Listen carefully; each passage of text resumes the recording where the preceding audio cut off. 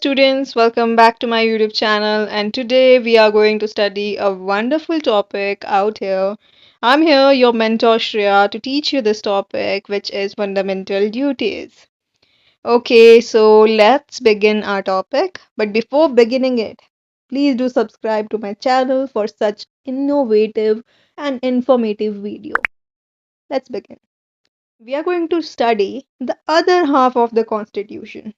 अब fundamental duties fundamental rights की ही बिल्कुल अपोजिट है, तो अब उसे पढ़ते हैं। But before starting it, let's read the statement of Mahatma Gandhi. Mahatma Gandhi ने क्या कहा था फंडामेंटल ड्यूटीज के बारे में? Real duties are the result of fulfilment of rights. जो वास्तविक ड्यूटी होती है वो एक्चुअल में परिणाम होता है किसका? राइट्स की फुलफिलमेंट का। चलिए आगे बढ़ते हैं। अब मैं आपको बता दूं कि जो हमारी फंडामेंटल ड्यूटीज हैं वो कॉन्स्टिट्यूशन में ऐड नहीं थी during the formation of it. Okay, the unbalance equation भी कह सकते हैं इसे, that fundamental rights were mentioned. Okay, it was provided to the citizen. But अब इस तराजू की तरह एक तरफ फंडामेंटल राइट्स हैं और एक तरफ फंडामेंटल ड्यूटीज हैं, जिनमें बहुत ज़्यादा फर्क देखने को मिल रहा है। ठीक है, अब जो 1950 में जो फ्रेमर्स थे उन्होंने इस बात को ठुकराया था, इस बात से एग्री नहीं किया था कि इन्हें ऐड करके क्यों करना है। लाइक ये एक सिविल ऑब्लिगेशन है जो सिटीजन के ऊपर मतलब नेचुरली डिपेंड करता है फॉलो करना, और लोग इसे करेंगे, उनका ये मानना था, इसलिए उन्होंने ऐड नहीं करी। बट व्हाट हैपन कि जैसे ग्लोबल कंटेक्स में यूएसएसआर है, जापान है और वेस्टर्न डेमोक्रेटिक कंट्रीज हैं, इनमें ये चीज़ें हो थी, फंडामेंटल ड्यूटीज का कॉन्सेप्ट था और इसे ऐड किया गया बाद में इंडियन कॉन्स्टिट्यूशन में। और ये जो ऐड की गई ये यूएसएसआर के कॉन्स्टिट्यूशन से इंस्पायर होके ऐड की गई थी। अब क्या होता है, 25 जून 1975 को लगती है इमरजेंसी। उसके पश्चात before after like after that in 1976 उस समय क्या करते हैं कि फंडामेंटल ड्यूटीज को ऐड किया जाता है कॉन्स्टिट्यूशन में। अब इसको जो ऐड नहीं किया गया था वो अब मैटर नहीं कर रहा है, बट इसे जब ऐड कर दिया गया तो इसे बनाने के लिए किसने अपनी रिपोर्ट रेडी की थी या फिर कौन इसके आर्किटेक्ट माने जाते हैं? सो that was Swaran Singh committee in 1976। Again it was inspired by USSR. You have to remember this thing because ये पूछी जाती है कि कौन से देश से ये इंस्पायर्ड होके ली गई है। Okay, so we have 42nd Amendment Act of 1976। ये बहुत ही ज़्यादा इम्पोर्टेंट है बिकॉज ये एकदम इमरजेंसी के बाद ली गई अमेंडमेंट एक्ट थी। एंड सेकेंड थिंग इसमें ये है कि ये खुद में ही मिनी कॉन्स्टिट्यूशन कहा जाता है। I think you have heard about it. 42nd amendment के थ्रू फंडामेंटल ड्यूटीज को तो ऐड किया ही गया था, बट इसके साथ साथ डीपीएसपी को भी ऐड किया गया था। तो ये जो फंडामेंटल ड्यूटीज हैं इसकी जो सीक्वेंस है, इसको ऐड करने के लिए पार्ट 3 के बाद सीधे पार्ट 4A करके ऐड किया गया। पार्ट 4A में ये मेंशन है और इसे इंसर्ट किया गया आर्टिकल 51A। सबसे अच्छी बात ये है कि आपको ये बात याद रखनी है, पार्ट 4A है, इसमें भी ए लगा है, आर्टिकल 51A है। ओके, अभी जो ओरिजिनली जब ये बना था उसमें उस टाइम सिर्फ 10 ड्यूटीज थी, लेकिन at present we have 11 duties. उसके बारे में मैं लास्ट में बताऊंगी कि वो कौन सी ड्यूटीज है जब हम ड्यूटीज के बारे में पढ़ेंगे सीक्वेंस में। अब महात्मा गांधी इंदिरा गांधी की एक और स्टेटमेंट आ गई है जो कि उन्होंने 1976 में दी थी, दैट जो मॉरल ड्यूटीज हैं, the moral values of fundamental duties would not be smoother rights but to establish a democratic balance. अब उन्होंने यही कहा था कि जो फंडामेंटल राइट्स की तरह जो हमारे फंडामेंटल ड्यूटीज है उसकी मॉरल वैल्यूज इतनी स्मूथली एस्टैब्लिश नहीं की जा सकती है, इतनी स्मूथली रन नहीं की जा सकती है, but to establish democratic balance ये ज़रूरी है।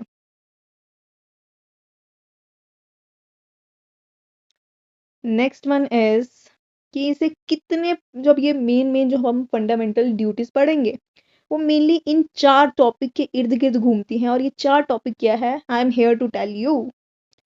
सो इसमें 4 ये याद रखने हैं। क्या याद रखोगे? अगर भूल जाओ कि किस बारे में है, किस चीज़ से रिलेटेड है, तो याद रखना CM एब्रीविएशन, और PS, C से civil duties, moral and historical duties, M से, P से प्रोग्रेस की तरफ progressive duties, and social and cultural duties. Mainly ऐसे याद रखोगे, it is a trick to remember it कि कौन से मेनली 4 एस्पेक्ट्स है उसको कवर कर रही है। Now let's study the first aspect of it which is civil duties. Actually मेरा गला खराब भी हो रखा है, तो उस वजह से मैं जितना बेस्ट दे सकती हूँ मैं दे रही हूँ। Let's begin. So we have the first civil aspect of it, in which we have mainly these articles. Article 51A का clause A कहता है, अब इसके लिए भी मैंने एक ट्रिक रेडी की है, ठीक है। ABCD होता है, वैसे ही अब हमने B को रिमूव करना है और फिर याद करना है ACUD, ACUD, repeat after me, ACUD। ये ट्रिक स्टार्टिंग के लिए है, बिकॉज कभी कभार पेपर में एटलीस्ट 5 लिखने को आती है, तो पता होनी चाहिए। फर्स्ट वन है abide the constitution, respect the national flag and national anthem. Second one, cherish and follow noble ideas for the freedom struggle, उन आइडियाज को एडमायर करना है, उन आइडियाज को फॉलो करना है जो हमारे राष्ट्र की आज़ादी स्वतंत्रता के संघर्ष में प्रयोग हुए हैं। अपने प्रोटेक्ट करना है हमें सोवर्निटी, यूनिटी एंड इंटेग्रिटी को। किसको प्रोटेक्ट करना है? Sovereignty, unity, integrity. If you want कि सोवर्निटी क्या है, इंटेग्रिटी क्या है, यूनिटी क्या है, तो I will make a separate video for that, अभी मैं इसमें कवर नहीं कर रही हूँ। Defend the country and render national services. अब नेशनल सर्विसेज प्रोवाइड करनी कब?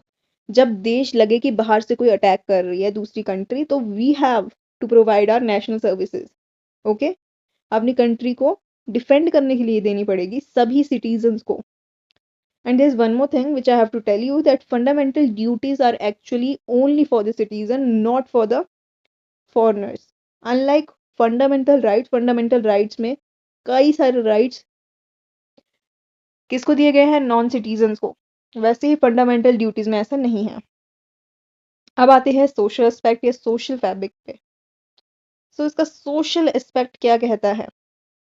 इट सेज कि आर्टिकल 51E का ई क्लॉज कहता है हमें हार्मनी प्रमोट करनी है, ब्रदरहुड की फीलिंग, भाईचारे की फीलिंग को प्रमोट करना है और उसे ही प्रैक्टिस करना है। 51A का क्लॉज F कहता है हमें अपने कल्चरल एंड हेरिटेज को प्रिजर्व और प्रोटेक्ट करना है, बिकॉज वही आगे जाके नेक्स्ट जनरेशन को वहाँ से पता चलेगा कि हमारी कल्चर क्या था, हमारी हेरिटेजेस क्या है, अपने धरोहर को प्रोटेक्ट करके अगली पीढ़ी तक पहुँचाना है। आर्टिकल 51A का क्लॉज आई कहता है कि हमें सेफ गार्ड करना है पब्लिक प्रॉपर्टी को, और उसके वहाँ पे कोई भी एब्जर वायलेंस नहीं क्रिएट करना है। मतलब कि जैसे पब्लिक पार्क्स हो गए, पब्लिक स्कूल्स हो गए, वहाँ पे प्रॉपर्टी डैमेज नहीं करना है, बट मोस्टली पीपल करते हैं।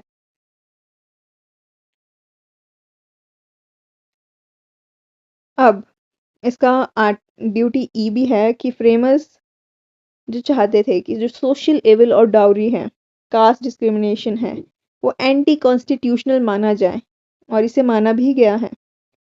अब 51A का जी क्लॉज कहता है कि हमें अपने जो नेचुरल कंपोजिशन बोल सकते हैं, नेचर की खूबसूरती है, लाइक उसको प्रिजर्व करके रखना है, means to protect forest, lakes, rivers, wild life sanctuaries, जितने भी नेचुरल रिसोर्सेज हैं उनको प्रोटेक्ट करना है। ओके, आर्टिकल ये वैसे हमारा प्रोग्रेसिव एस्पेक्ट है, okay, which includes this thing. इसमें कुछ ऐसी ड्यूटीज है जो हम नॉर्मली हमें करनी चाहिए, जिन्हें हमें ऑब्लिगेटरी मानना चाहिए और अपनी लाइफ में अपनाना चाहिए, but still as a human being we do not perform this duties, many of this duties. Article 51A कहता है कि 51A का क्लॉज एच कहता है कि हमें साइंटिफिक टेम्पर अपने अंदर डेवलप करना है, ह्यूमैनिज्म को बढ़ावा देना है, मानवता को बढ़ावा देना है।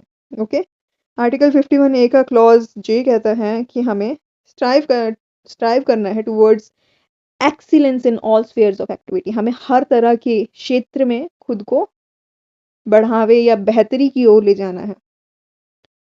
अब जो लास्ट सबसे इम्पोर्टेंट है, क्यों इम्पोर्टेंट है? बिकॉज ये हमारी एजुकेशन से रिलेटेड है। आर्टिकल अब हमारे कॉन्स्टिट्यूशन में राइट टू एजुकेशन जब जोड़ा गया, RTE, ओके, इसे उसी वक्त फंडामेंटल ड्यूटीज में भी जोड़ा गया। हाँ, 86 अमेंडमेंट के थ्रू। समटाइम्स हम कंफ्यूज हो जाते हैं 76 और 86 में, तो याद रखना कि 76 इज फॉर फंडामेंटल ड्यूटीज मेरे प्यारे बच्चों, and article 86 is related, not article, but amendment number 86 is related to addition of education, educational right, or we can say educational duty in our fundamental duties. So duty क्या थी? Duty है 51A के clause के में कि parents और जो guardians हैं उनको अपने बच्चों को ऐसी अपॉर्चुनिटीज प्रोवाइड करनी है जो उन्हें एजुकेशन दिलाने में हेल्पफुल हो। ओके, इसका एज ग्रुप 6 to 14 ईयर्स का रखा गया है, 6 to 14 ईयर्स। और ये इनिशियली वी कैन से जो हमारी स्टार्टिंग की एजुकेशन होती है उसका पर्सपेक्टिव पूरा कर रहा है। अब आप एक बहुत पिक्चर देख पा लिखा है द टूथलेस टाइगर। ऐसा कौन सा टाइगर है जिसके दांत नहीं है? अब यहाँ पे क्या मतलब है? यहाँ पे ये मतलब है ना, एक्चुअल में ऐसा नहीं है कि दांत ही नहीं है शेर के, पर यहाँ पे फंडामेंटल ड्यूटीज के कंटेक्स्ट में से कहा गया है। फंडामेंटल ड्यूटीज में ये कहा गया है ना कि भाई ये एक टूथलेस टाइगर की तरह है। It we can say sometime it is called sanctionless duty और ड्यूटीज। ओके, तो क्रिटिक्स का क्या कहना है? ठीक है, ये सिर्फ एक मॉरल पर्सपेक्ट है, या फिर बोल लो इसे सिर्फ मॉरली माना गया है, बट एक्चुअल में तो इसको कोई इम्प्लीमेंट ही नहीं करता है, और दैट इज द रियलिटी कि ये नॉन जस्टिसिएबल है। इसका नेचर ऐसा है कि इसे प्रोटेक्ट नहीं कर सकते, इसे एनफोर्स नहीं किया जा रहा है रिट्स के थ्रू। क्रिटिसाइजर कहते हैं कि इसकी जो लैंग्वेज है वो एम्बिगुअस है, वेग है, बहुत ही डिफिकल्ट बनाई गई है, जिससे कि इसे अंडरस्टैंड ही नहीं किया जा रहा है। कोई भी इसके लिए इमीडिएट लीगल सेक्शन नहीं लिया जा रहा है, कोई लीगल एक्शन एकदम नहीं ले सकते। लिस्ट इज नॉट एग्जॉटिव, लाइक ये सिटीजन्स को पता है इनमें से कई ड्यूटीज, बट उसे कोई इम्प्लीमेंट ही नहीं कर रहा है। ओके, और इसको जो सबसे बड़ा मुझे ये लगा है लूप होल यही है कि सिटीजन की इच्छा पे डिपेंड करता है कि उन्होंने इसे मानना है नहीं मानना है। दैट इज कंप्लीटली डिपेंडेंट और depend on citizens, which is the biggest loophole, because काफ़ी ड्यूटीज ऐसी हैं जिसे मानना ऑब्लिगेटरी होना चाहिए। I will tell you about it later after this. अब जैसे कि फंडामेंटल ड्यूटीज में कुछ ऐसी ड्यूटीज रही हैं जिनको मानना बहुत ज़रूरी है, उसमें से कुछ पार्लियामेंट ने ऐसे एक्शंस लिए, ऐसे कुछ एक्ट्स और स्पेशल लॉज बना के उन्हें एनफोर्स किया है कि वो अब हमें अबाइड करनी ही पड़ती है। जैसे कि यहाँ पे देख सकते हो फर्स्ट बुक पे लिखा गया है prevention of insult to national honours act. ठीक है, राष्ट्र की इंसल्ट कुछ भी नहीं करेंगे, राष्ट्र की धरोहर, राष्ट्र की ऑनर को, रिस्पेक्ट को नहीं करना है। ठीक है, ये एक एक्ट है जो 1971 में आया था, याद रखना। Protection of civil right act भी आया था 1955 में। इसे कैसे इंप्लीमेंट किया गया है? डिफरेंट डिफरेंट मेथड्स के थ्रू, पर ये डायरेक्टली फंडामेंटल ड्यूटीज को इंप्लीमेंट करना शो नहीं करती है। वाइल्ड लाइफ प्रोटेक्शन एक्ट भी आया था 1972 में, और ये ड्यूरिंग एनवायरमेंट मूवमेंट के समय में आया है। Prevention of damage to public property, ये एक्ट 1984 में आया है। इनडायरेक्टली पार्लियामेंट ने इसे कहीं ना कहीं इंप्लीमेंट किया है, बट डायरेक्टली फंडामेंटल ड्यूटीज को इंप्लीमेंट नहीं किया गया है। पास्ट में कुछ ऐसे एक्ट्स लेके इंप्लीमेंट कर दिया गया है। बिफोर ये जो आप स्टार्टिंग के देख रहे हो, ये तो कब के हुए जब हमारे फंडामेंटल ड्यूटीज ऐड भी नहीं थे। Before ending this video we have to know कि फंडामेंटल राइट्स और फंडामेंटल ड्यूटीज दोनों एक ही सिक्के के पहलू हैं। A right is an interest, respect for which is a duty. ये सैलमन ने कही थी, ये स्टेटमेंट एग्जाम में आई गई है, बहुत इंपॉर्टेंट है, इसके बारे में पता रखे। अब जो राइट्स के बिना ड्यूटीज है वो कुछ भी नहीं है।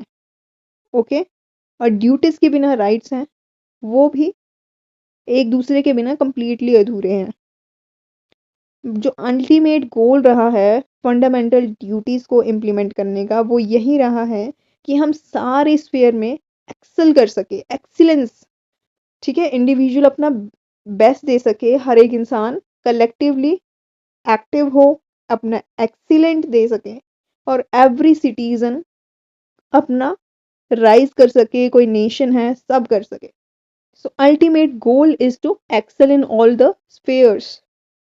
This is it for the video, and if you liked it, if you love it, please do give it a thumbs up. And before ending this video, if you have any question, any doubt, कुछ भी आया दिमाग में, कुछ भी boring सा question जो teacher से नहीं पूछा जा रहा है, वो मुझसे पूछ लो आगे. I will try my best to answer that. Bye bye. Love you all and stay healthy and happy.